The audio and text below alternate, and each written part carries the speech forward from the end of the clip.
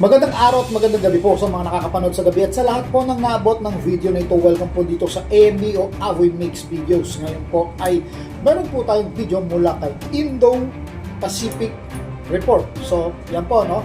At ito po ay tungkol sa mga balak ni Marco Rubio. Sino po ba si Marco Rubio? Siya po ay isang opisyal sa Amerika. Siya po ay isang senator at ito po ang balak niya sa Pilipinas, ang bahain ang Pilipinas, pero hindi po ng tubig. Ito po ay ng mga weapon ng Amerika, no? Babahain tayo dito ng mga bala ng Amerika at mga kagamitang pandigma. At bakit? Ito po ay pag-counter natin, para pag-counter natin sa China. So para maliwanag, ito po ang video ni Indo-Pacific Report. I-play po natin.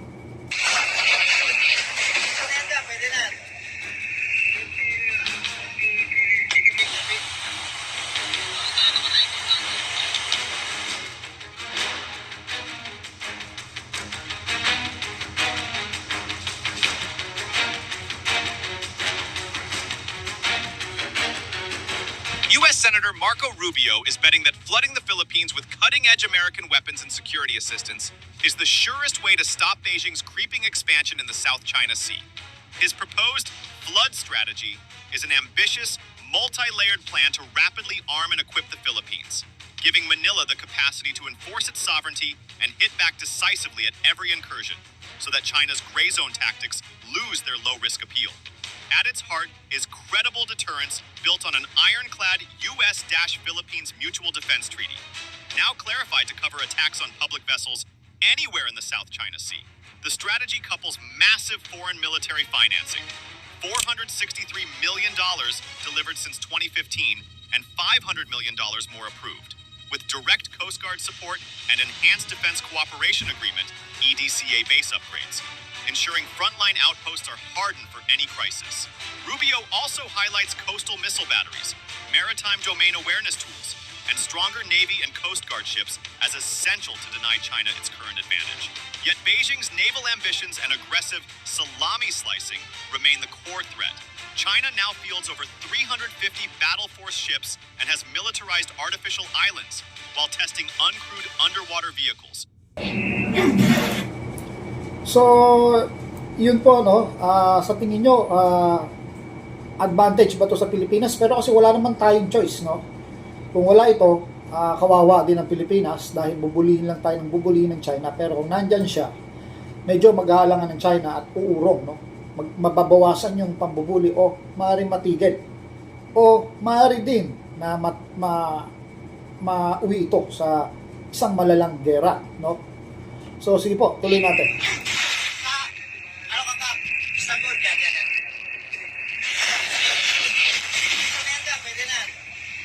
All aimed at dominating vital sea lanes that carry more than $3 trillion in global trade annually. Repeated clashes at Scarborough and Second Thomas Shoals, including water cannon attacks and near collisions, illustrate the daily friction that Rubio wants to deter. The risks are real. China has condemned Rubio's plan as U.S. meddling, and every new ship or missile raises the chance of a miscalculation that could trigger the Mutual Defense Treaty. At home, critics warn of overdependence on U.S. firepower, while in the region, ASEAN unity could fray as some members side with Beijing and others with Washington. Still, Rubio's wager is clear. By sending advanced arms, deepening base access, and hardening Philippine defenses, he aims to make the cost of Chinese coercion too high to bear, proving that the U.S. commitment to its Philippine ally and to a rules-based maritime order is non-negotiable. Whether this flood of support deters conflict or drives new tensions will shape not only the future of the Philippines, but also the balance of power across the Indo-Pacific.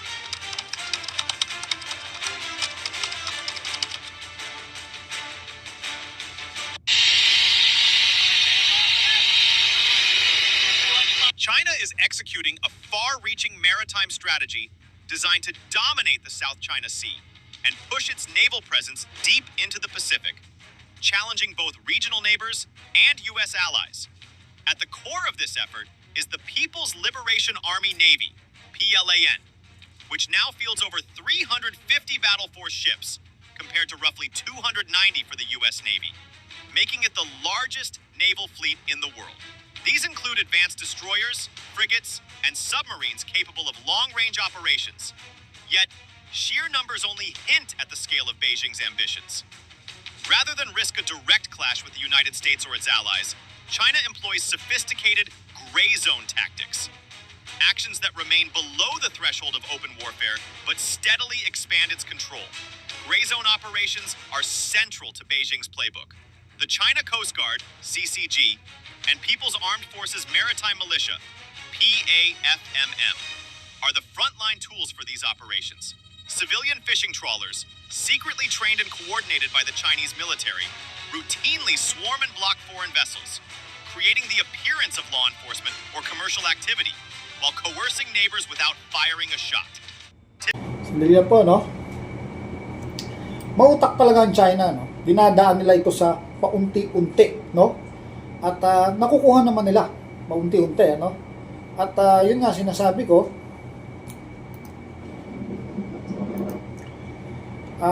para matapatan ito, kailangan matapatan din natin yung bilang ng dami ng kanilang barko para makaporma tayo. At ito nga yung balak ni Rubio at mukhang nangyayari na ito ngayon at nangyayari na noong mga nakaraang taon pa. No? Naiisa sa katuparan ng US yung kanilang mga sinabi. Malamang yung sinabi ni Rubio inapprove yun ng US Congress nila. Kaya ngayon, unti-unti, no, bumabaha ng weapon dito sa Pilipinas. No? Bukod sa mga binibili natin, naglalagay sila ng kanilang mga ammunition dito sa Pilipinas. Yamang meron ng mga EDCA sites dito at hindi lang isa to, hindi lang 5, no, lampas pa si 5 at maabot niya ata sa siyam. At malalaking base po. Kung noon ang Subic Bay at saka Clark, yan po ang pinaka malalakas at malalaking base sa Asia noon po yun, no? At pinaalis natin sila. Ngayon po parang mas dumoble kasi i-active po ulit nila yung mga base na yan at naglagay pa sila ng mas maraming base. Ang China po kasi may maruming taktika po ito, kagaya nung nangyayari sa Palau ngayon, ano, saka sa may Solomon Island. Nagsusumbong ang mga bansang ito na umpisa na ng gera kasi pinasukan ba naman sila ng droga ng China para i-destabilize yung kanilang gobyerno. Maaaring dito sa Pilipinas, pinasok tayo ng China sa pamamagitan ng mga corruption. Sasamantalayin ng China yan. May mga makakaliwa na patalsikin yung mga gobyerno na ayaw sa China. Sasamantalayin po nila yan. So, magdodoble-doble na ang ating problema. Tuloy-uli natin video. In parallel, China has systematically fortified reefs and shoals across the Spratly and Paracel Islands. Features that once barely broke the surface, such as Fiery Cross, Subi, and Mischief reefs, are now man-made military outposts, complete with long runways for fighter jets, radar arrays, deep water ports, and advanced missile systems. These fortified outposts act as unsinkable aircraft carriers, enabling the PLAN to monitor and, if necessary, disrupt shipping across one of the world's most vital trade corridors. Cutting-edge technology amplifies this advantage. In 2025, China secretly tested 2 extra-large uncrewed underwater vehicles, UUVs, in the South China Sea. Autonomous platforms designed for intelligence gathering, mine laying, or tracking submarines. These trials point to a future where China can dominate not just the surface and air, but the undersea domain as well, complicating the ability of rival navies to operate safely and detect threats in contested waters. For the Philippines, these are not distant threats, but daily realities. The best-known flashpoint is Scarborough Shoal, Bajo de Masinloc, just 120 nautical miles from Luzon, and well within the Philippines' exclusive economic zone, EEZ.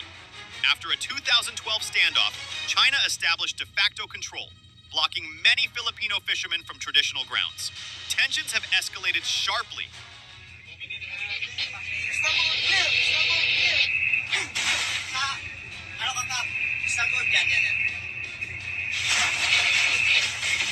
In September 2025, Chinese Coast Guard ships fired high-powered water cannons at a Philippine fisheries vessel, causing significant damage and injuring a crew member. Soon after, Beijing proposed turning the shoal into a national nature reserve, a move denounced by U.S. Senator Marco Rubio as another coercive attempt to advance sweeping territorial and maritime claims. The second Thomas Shoal, Ayungin Shoal, tells a similar story. Here, a handful of Philippine Marines stationed aboard the grounded BRP Sierra Madre depend on periodic resupply runs. But Chinese Coast Guard and militia vessels repeatedly block, ram, or shadow Philippine boats, creating constant risk of collision and escalation. Each encounter underscores how gray zone tactics, deliberate harassment that stops short of open combat, allow Beijing to press its claims while testing the responses of Manila, Washington, and other regional players.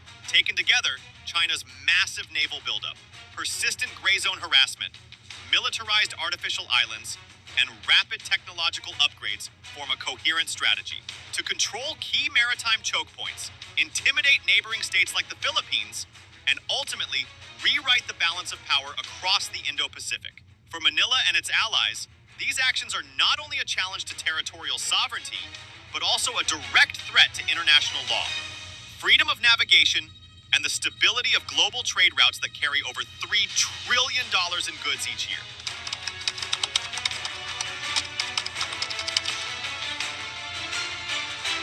Senator Marco Rubio's proposed flood strategy is an ambitious, multi-layered plan to arm and equip the Philippines at unprecedented speed and scale. Hanggang dito na lang po tayo kasi masyado pong mahaba yung video. At least nakita na natin yung balitang ito na gustong mangyari ni Marco Rubio. At sa tingin ko ay tama naman po siya. At may katwiran naman po yung sinasabi niya. Na nakikita naman natin na sa ngayon ay unti-unting natutupad. Kasi ito pong China ay talagang marumi ang tactic nito. Ang ipinipilit nila, yung gusto na kagaya dito sa baho ni Masinloc, gusto nilang national, yung conserved area. No? So, pagka yan nangyari, bawal lang pumunta ang Pilipinas dyan. Sa ngayon nga, binabawal na nila. No? Wala ka pa doon, inaharang ka na. Pero Philippine territory po yan. Pero ang tunay po nilang balak doon, pag wala akong makapunta doon, magtatayo po sila dyan ng tinatawag nilang military base. At napakalapit na po sa Pilipinas yan. Yun po ang hindi papayagan ng Pilipinas at balita ko, papalag na po ang Pilipinas pag nangyari po ito. Ayon nito sa Philippine Navy. So, hanggang dito na lang po at inaasahan ko po yung inyong komento base sa problema natin na ito na external na sa tingin ko mas malala pa, no? Pagka nagkataon na maisakatuparan ng China yung kanilang mga balak. At sana po yung internal naman ang problema natin sa korupsyon, may mangyari. Kaya ang payo ko sa presidente, ipakulong mo ang dapat ipakulong. Mapapinsan mo, mapatunayan lang pinsan mo, mapakamag-anak mo, kailangan mong ipakulong yan. Dahil pag hindi, baka pati AFP, mag-aklas sa'yo. Sayang naman, nakaposisyon ka. At nakakahiya. Kaya kita binoto kasi akala ko ibabangong puri mo yung nasirang pangalan ng ama mo. Pero kung masisira ka, Mr. President, parang inulit mo lang yung nangyari dun sa tatay mo na dapat ibinangong puri mo. So, wag mong pahiyain yung mga nagboto sa'yo. Patunayan mo na maipakulong mo ang dapat ipakulong, yung mapapatunayan. At sana hindi moro-moro ang labanan dito sa Kongreso natin para malaman kung sino yung korap.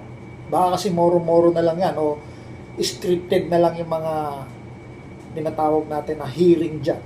Dahil lahat pala kayong mga nasa gobyerno kasangkot dyan. So hanggang dito na lang po. Maraming salamat po.